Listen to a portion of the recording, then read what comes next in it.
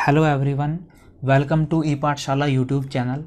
दोस्तों, आज हम जैन धर्म के बारे में पढ़ेंगे। यदि आप इस वीडियो को कंप्लीट वॉच कर लेते हैं तो किसी भी कम्पिटिटिव एग्ज़ाम के अंदर यदि इस टॉपिक से कोई क्वेश्चन आएगा तो आपका एक भी क्वेश्चन नहीं छूटेगा। तो चलिए दोस्तों, वीडियो शुरू करते हैं। तो जैन धर्म के बारे में हम पढ़ेंगे। तो इस टाइम पे दोस्तों भारत में क्या चल रहा था उसके बारे में हम पहले जान लेते हैं। तो इस टाइम को हम धार्मिक आंदोलन का टाइम बोलते हैं, जब जैन धर्म और बौद्ध धर्म का उदय हुआ था।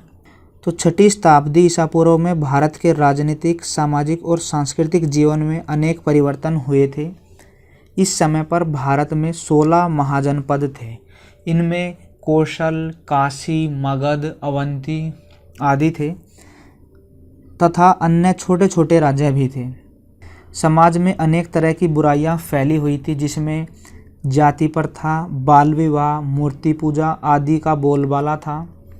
इसी समय पर महावीर स्वामी और महात्मा बुद्ध, इनका जन्म हुआ था, जिन्होंने अपनी शिक्षाओं द्वारा भारतीय समाज में फैली हुई बुराइयों को दूर करने का प्रयास किया। तो इस वीडियो में हम जैन धर्म के बारे में पढ़ेंगे। इससे नेक्स्ट वीडियो में हम बौद्ध धर्म के बारे में पढ़ेंगे। तो सबसे पहले दोस्तों जैन धर्म के संस्थापक के बारे में जान लेते हैं। जैन धर्म के संस्थापक ऋषभदेव, जो कि इनके प्रथम तीर्थंकर थे।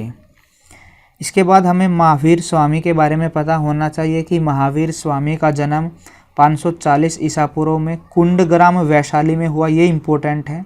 हमें पहले तीर्थंकर का पता होना चाहिए और महावीर स्वामी के जन्म का स्थान का हमें पता होना चाहिए। महावीर स्वामी के बचपन का नाम वर्धमान था और 30 वर्ष की अवस्था में माता पिता की मृत्यु के बाद इन्होंने संन्यास ग्रहण किया था और इन्होंने अपना प्रथम उपदेश प्राकृतिक भाषा में दिया था, जिसको अर्धमगधी या अर्धमागधी भी कहते हैं। जैन धर्म में त्रिरत्नों के नाम इस प्रकार हैं: सम्यक दर्शन, सम्यक ज्ञान और सम्यक आचरण। तीनों में सम्यक कॉमन है। दर्शन, ज्ञान और आचरण ये अलग अलग है। इन तीनों को हम आगे नेक्स्ट स्लाइड में डिस्कस करेंगे। ये दोस्तों महावीर स्वामी से संबंधित कुछ इम्पोर्टेंट फैक्ट हैं कि इनके पिता का नाम था सिद्धार्थ, इनकी माता का नाम त्रिशला, इनकी पत्नी का नाम यशोदा, इनकी पुत्री का नाम प्रियदर्शना और इनके दामाद जमाली, जो कि इनके प्रथम शिष्य भी थे। तो हमने दोस्तों पीछे जैन धर्म के त्रिरत्न के बारे में पढ़ा था। त्रिरत्न क्या होता है? 3 साधन होते हैं। जैन धर्म में यदि आपको मुक्ति प्राप्त करनी है तो उसके लिए क्या है? त्रिरत्न, 3 साधन हैं। क्या क्या है? सम्यक ज्ञान, सम्यक दर्शन, सम्यक चरित्र। सम्यक ज्ञान का मतलब होता है सच्चा और पूर्ण ज्ञान। सम्यक दर्शन का मतलब होता है तीर्थंकर में पूर्ण विश्वास। जैन धर्म के 24 तीर्थंकर हुए हैं, तो आपको 24 के 24 तीर्थंकरों में पूर्ण विश्वास होना चाहिए। और सम्यक चरित्र का मतलब होता है कि जैन धर्म के जो 5 सिद्धांत हैं, इनका आपको पालन करना है। 5 सिद्धांतों को हम नेक्स्ट स्लाइड में डिस्कस करेंगे। जैन धर्म के 5 महाव्रत या 5 सिद्धांत हैं: अहिंसा, सत्यव्रत, अस्तेय, अपरिग्रह एवं ब्रह्मचर्य। तो ये जैन धर्म के 5 महाव्रत हैं। जैन धर्म के 23वें तीर्थंकर काशी के इक्ष्वाकुर वंश के राजा अश्वसेन के पुत्र पार्श्वनाथ थे। पहले हमने पढ़े थे ऋषभदेव, 23वें थे पार्श्वनाथ और 24वें थे महावीर स्वामी।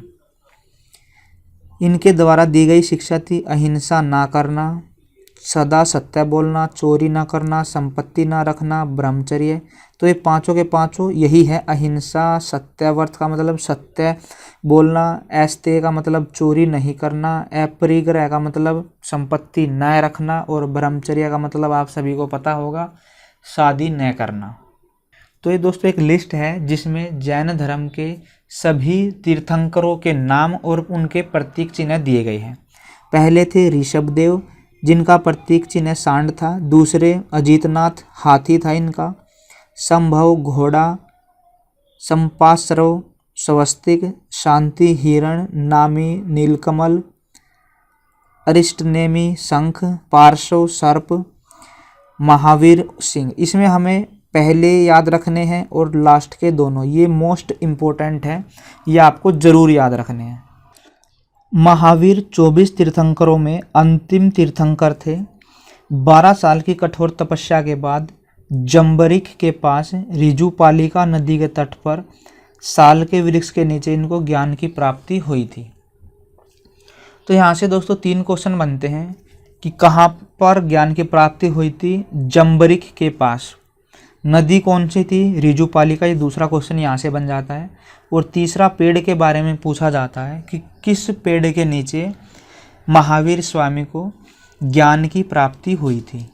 और ज्ञान की प्राप्ति के बाद दोस्तों ये जीन के नाम से पुकारे जाने लगे। जैन धर्म चंद्रगुप्त मौर्य के काल में 2 भागों में बट गया था, श्वेतांबर और दिगंबर। तो जैन धर्म को दक्षिण में कौन लेकर गया था, ये क्वेश्चन भी पूछा जाता है। तो चंद्रगुप्त मौर्य कर्नाटका में लेकर गया था और वहीं पर श्रवण बेलगोला एक जगह है जहाँ पे चंद्रगुप्त मौर्य ने अपने जीवन के अंतिम दिन बिताए थे। जैन धर्म में दोस्तों एक संथारा होता है जिसमें भूखे और प्यासे रहकर अपने प्राण त्यागे जाते हैं, तो वो संथारा किया था चंद्रगुप्त मौर्य ने। इसके बाद दोस्तों आपको जैन धर्म की संगतियाँ या परिषदें याद रखनी है। जैसे बौद्ध धर्म की परिषदें हुई थी, इसी तरह से जैन धर्म की परिषदें भी आपको याद रखनी है। पहली 300 ईसा पूर्व में हुई थी। कहाँ पर हुई थी? पाटलिपुत्र में स्थूलभद्र के द्वारा ये आयोजित की गई थी। दूसरी हुई थी वल्लभी गुजरात में देवराधि क्षमा श्रवण के नेतृत्व में हुई थी। 468 ईसा पूर्व में बिहार राज्य के पावापुरी जो कि राजगृह में है, यहाँ पर 72 वर्ष की आयु में महावीर ने निवारण प्राप्त किया।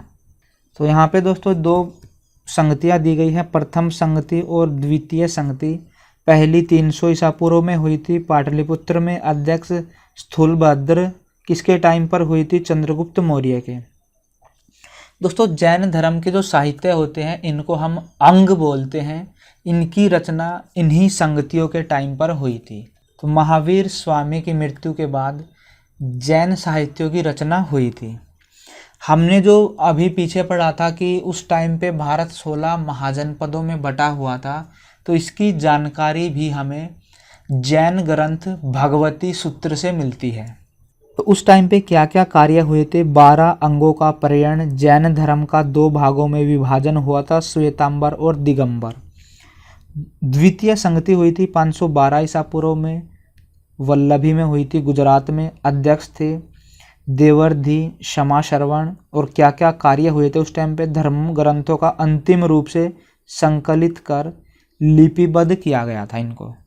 इसके बाद दोस्तों ये कुछ प्रीवियस ईयर क्वेश्चंस हैं जो कि SSC, railway, all types of competitive exam में इस टॉपिक से पूछे गए हैं।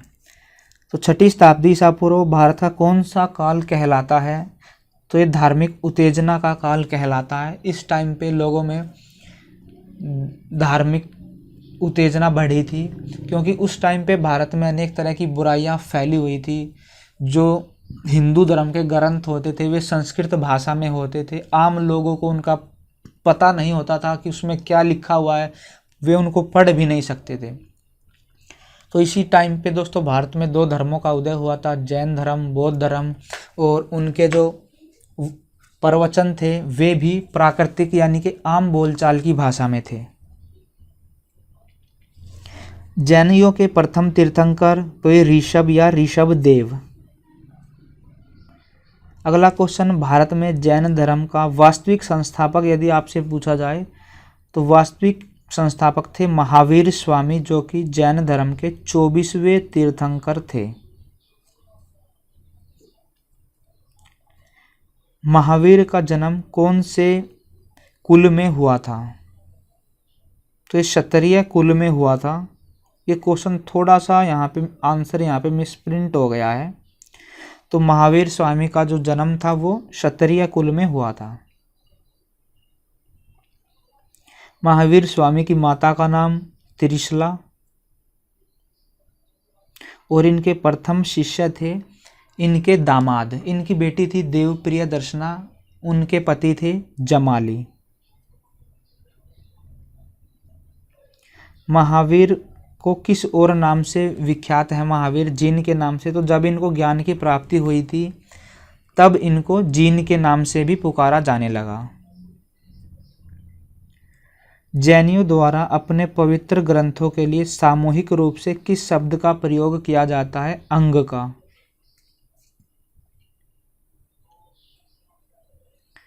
महावीर का परिनिवारण स्थल कौन सा है? तो ये है पावा, बिहार राजगृह में पड़ता है। जैन साहित्य को क्या कहते हैं? तो जैन साहित्य अंग कहलाते हैं।